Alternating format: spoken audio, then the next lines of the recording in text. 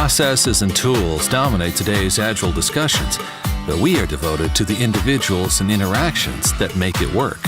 From the beginner to the veteran practitioner, we have something for you. Welcome to Agile for Humans.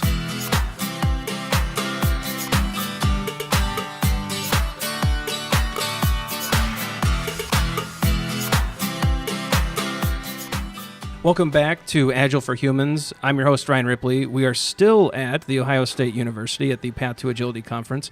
Talking to me now, Doc Norton. Doc, how you doing? Is it okay to call you Doc? Yeah, absolutely. All right. Yeah. Most people know me as Doc. All right. So, of course, Doc Norton, one of the stewards of our Agile community, one of the big thinkers, the great minds. You're here speaking at the conference. Mm-hmm. What are you talking about this week? What are you bringing to the attendees? So this week, the talk is called "Building Blocks of a Knowledge Work Culture," and this talk it's kind of densely packed. It's one that I'm continuing to iterate on, but we talk about Cynefin, which is a complexity framework, right? Kind of a decision-making framework. And as you look at the complexity of work, what styles of management, what decision-making protocols, what organizational structures make sense, and basically showing that a lot of what we know about management and leadership is formulated in complexity domains that don't apply to the work that we do, right. Which actually is leading to many of the interesting behaviors we see in organizations. And then we get into really what are elements of an environment that you need to have for really good knowledge work. So we talk about autonomy, connection, excellence, and diversity. Great. So it really sounds like a play on Taylor versus Deming, some of those types of discussions with some models and frameworks mixed in. A very, very powerful stuff. When you work with executives and management on this, what is the key stumbling block that you run into? Where do they struggle? What do they find painful? I think what's difficult really is just this mindset shift, right? That even as we're walked through this idea of complexity and different decision making, all of that makes sense. We can agree with all of that, but then when it actually comes to here's how your behaviors need to change. That's difficult, right? Sure. And you look at larger organizations, especially, but any organization, and many of us we've got a lot of years of experience being very successful in a hierarchy-oriented environment, right. And to say, okay, yes, I agree that actually the hierarchy is detrimental to creativity and knowledge work, but I have no models for how to actually make this work. So it's all theory. Well, and the problem is we still have to feed our kids. Yes. So you show up and your baby's ugly, your ideas are wrong, and now here's what we need to do. And of course, it's never that brutal, but I'm sure that's the feeling. It is the that feeling goes through them. Yes, and oftentimes, there's some fear there, right? Just around when you're talking to folks that are in management roles. The natural question is, what happens to my job? Right. And that job does significantly change. In some cases, those jobs end up morphing into something else, right? And as the organization matures, certain roles become obviated, including certain centralized functions. Really high-functioning organizations that are designed appropriately for high creativity, high knowledge work actually don't have centralized accounting, centralized HR. A lot of the centralization that's advantageous for Tayloristic type stuff is actually detrimental for creative and knowledge work. So, and I think you're referring back to the systems of work that provide outside influence to teams doing knowledge work and how those collide and cause friction. Definitely powerful stuff. Again, it seems like the organizations and perhaps your experiences either validate or negate this idea, but when you move away from that central system of control, right, which is what they are today, and you go towards a product-centric structure, it seems to free up a lot of those issues. It does. Yeah, it definitely does. And we're actually, CTO2 is my consulting organization, and our target client is actually kind of later stage startup companies that are through the point of trying to figure out, does the market actually exist and do we have market product fit, but aren't yet at the point where now we're 2,000 people and we accidentally built the structure that looks just like the structure our grandfathers had, right? And helping them through that kind of transition period. And my experience has been,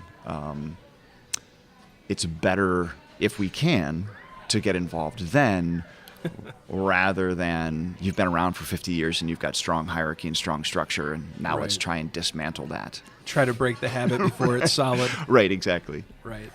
No, it's an important space. I think it's one of those we've talked with Joanna Rothman and many others on the podcast recently about how the move to a product-centric view, it's inevitable. Right. These companies will eat the lunch of those that don't go down this path. And so this is coming. It's real. What's a key step that, aside from hiring your consulting firm, right, bringing in the experts, helping with all that, which is an important step. That's not a joke. That's very critical, because it's those outside that can see the things that we can't. So it's always a critical step. But what's something that, for the listeners out there, that they know that this is coming? What are the things they can look at now to try to at least get ready for when they need to make this shift? So I think, one of the things that we see in a lot of organizations is there's a lack of actual connection. And what I mean by that is, you think of Conway's Law, right? The systems that we produce are a reflection of the social structures of the organization, right? And that's entirely true. And a lot of times when we go into organizations, you see a lot of stratification as well as a lot of siloing. The work is structured to match. It flows to match that structure. And just working on breaking down some of those silos and some of those barriers, just working on coming together more often and working together is a really good first step towards getting where you need to be. And that can be done without changing any reporting structures, anything else, right? We're going to take a quick break. When we come back, more with Doc Norton. Agile Dev East is the premier industry event covering the latest techniques and topics in the Agile universe. Learn both foundational knowledge and new methodologies to develop skills, supercharge knowledge, and re-energize your career growth. This year's event will take place November 13th through the 18th in Orlando, Florida. As an added bonus, the event is co-located with Better Software and DevOps East conferences. Your one registration automatically gives you access to all three programs. This means you can choose from over 100 learning and networking opportunities to build a customized week of learning that fits you and your organization's specific needs. Explore the program at adceast.techwell.com. Agile for Humans listeners use code AFH16 to receive $200 off their conference registration fees. Register by the September 16th super early bird deadline for combined savings of up to $600 off at adceast.techwell.com. It's an interesting idea that just starting to work across the organization and across silos can start to show the value of breaking some of those down. It's a hard shift, though, because I think many companies are structured around the idea of, this is repeatable work. This is factory work. This is, we have removed head from hand. We're just going to tell you how to do it, give you a process, and go and flourish. But in reality, these companies today are expecting innovation. They're expecting brilliance. They're expecting art, creativity, all these things that mean hand and head have to be together again. Right. And we're not prepared for this, especially from a management perspective. And it's just, Kneffin has come along and has helped us out. Is there anything else out there from a model or a mindset stance that you think people should be looking at, that they should really investigate and invest in? From a model perspective, of course, Agile, but right, yeah, and actually, there's plenty of stuff in design thinking, that I'd really like to see some of that work move its way into the Agile space, and just into organizations in general, right? It doesn't have to be under the Agile moniker by any means. I like the fact that systems thinking, lean, those types of things have really been embraced by the Agile community as well. I think as we're slowly adding to our understanding of organizations and how things work, right? I don't know if I have any that actually like stand out in my mind as like, yes, you should definitely look at this. Well, I think just acknowledging that this is a newer space, these are very difficult topics, right? How do we take all of these different systems of work? How do we take all of these different individuals with their own motivations, put them on teams, put them within these systems, and then evaluate that and figure out the best way? Right. And that's always a difficult discussion, and I think it's one that, while some people wish you could take a model and drop it on an org, this is a number of years to get to where, it reminds me of, and you'll have to tell me if this is related or not. I think it's Diana Larson's Agile Fluency model, where she starts with, let's just deliver code, and let's deliver value, let's optimize value, and then optimize organizations. I think I got that right. And it's just one of those, which step are you ready to take? Right. And so getting people along that pipe or down that path seems to be the most critical challenge of this space. Yep. Yeah, and Diana's with that model. Diana's done a good job of really abstracting away any specifics and basically saying like, look, this is a pattern that I've seen over and over and over again, but it's a very loosely defined pattern, right? Right. We're going to focus on delivering code, but there's no prescription for the specific mechanics of that. Right. So she created the flow. What I like about it though is that it does inherently give you almost investment options. So as a company, there are some out there that would say, well, you want to get all the way to an optimized Agile organization.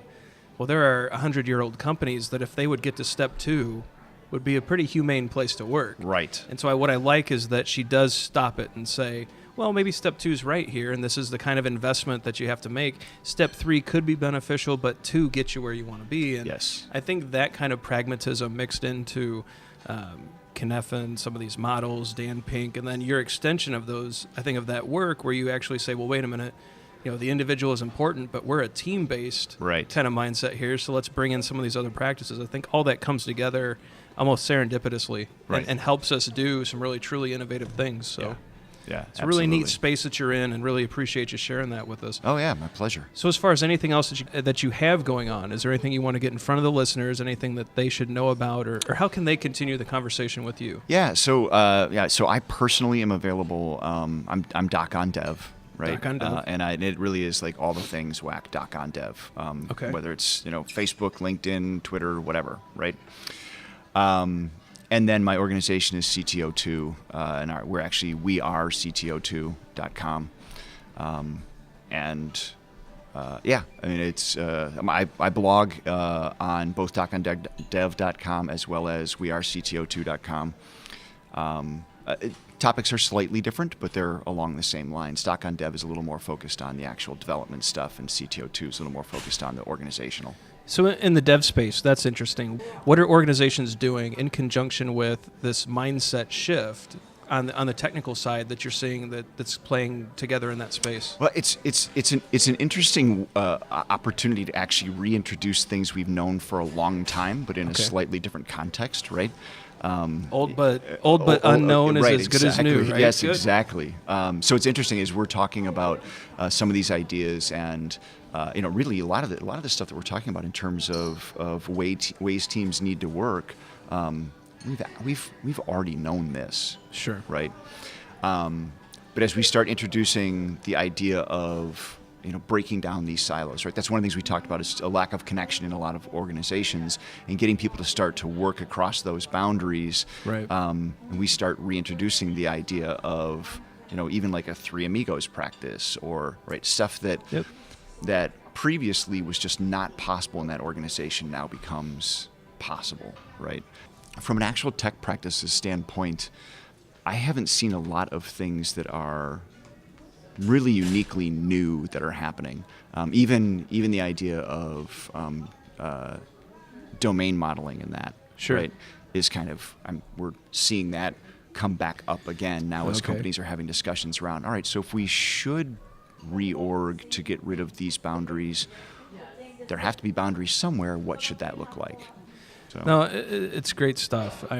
It's always interesting to see the tech and the theory and the organizational stuff come back together. Yep. Because at the heart of what we're doing, it is a development play. Yeah. And trying to get back to those two melding back together, it's great to see that you're doing that. And I think that helps organizations feel more comfortable with some of the mindset shifts that we're doing. It's like, wait a minute, this is all touchy-feely stuff, but we're seeing real productivity over here, and we're seeing better outcomes, not output, better outcomes. Better outcomes. And we're getting some real business value delivered. And so the marriage of those two seems to be incredibly effective. So, Doc, I appreciate sharing this with us. Absolutely. It's been great getting to talk to you. I know you're very busy as one of the featured speakers, so we'll let you get back to your conference activities. And but really appreciative that you cut some time out to join us. No, my pleasure. Thank you. All right. Take care, Doc. Take care. I really enjoy these shorter conversations, especially with people like Doc. You get to sit down, have a one-on-one, and really talk about the things that are important to you. And it's why I really enjoy Agile Dev East. It's a great conference where you get to sit down, talk to people one-on-one. I think the last time I was out, I went to Agile Dev West, had a great time talking to people like Bob Galen over lunch. Just you ask your questions, you form friendships, you get this one-on-one interaction. And it's a great experience. You get access to the people who have literally written the book about Agile, or the many books about Agile. And it's just a chance to really plug into the community and meet people. I really enjoy it. I will be out in November 13th through the 18th in Orlando, Florida for Agile Dev East. I'm presenting a half-day workshop on what to do after the 2-day Scrum course. And I'm also presenting the business of Agile, better, faster, cheaper. You know, this talk went over very well at Agile 2016. I think a lot of people are going to enjoy it out at Agile Dev East as well. So I hope to see as many of you out there as possible November 13th through the 18th in Orlando, Florida for Agile Dev East. Use the code AFH16 to save $200 off your entry. And I hope to see all of you out there, and I'm looking forward to our one-on-one conversations and our opportunities to connect and to plug into our community. Thanks for listening to Agile for Humans. Let's keep the conversation going. Drop us a question on Twitter @AgileForHumans or visit agileforhumans.com.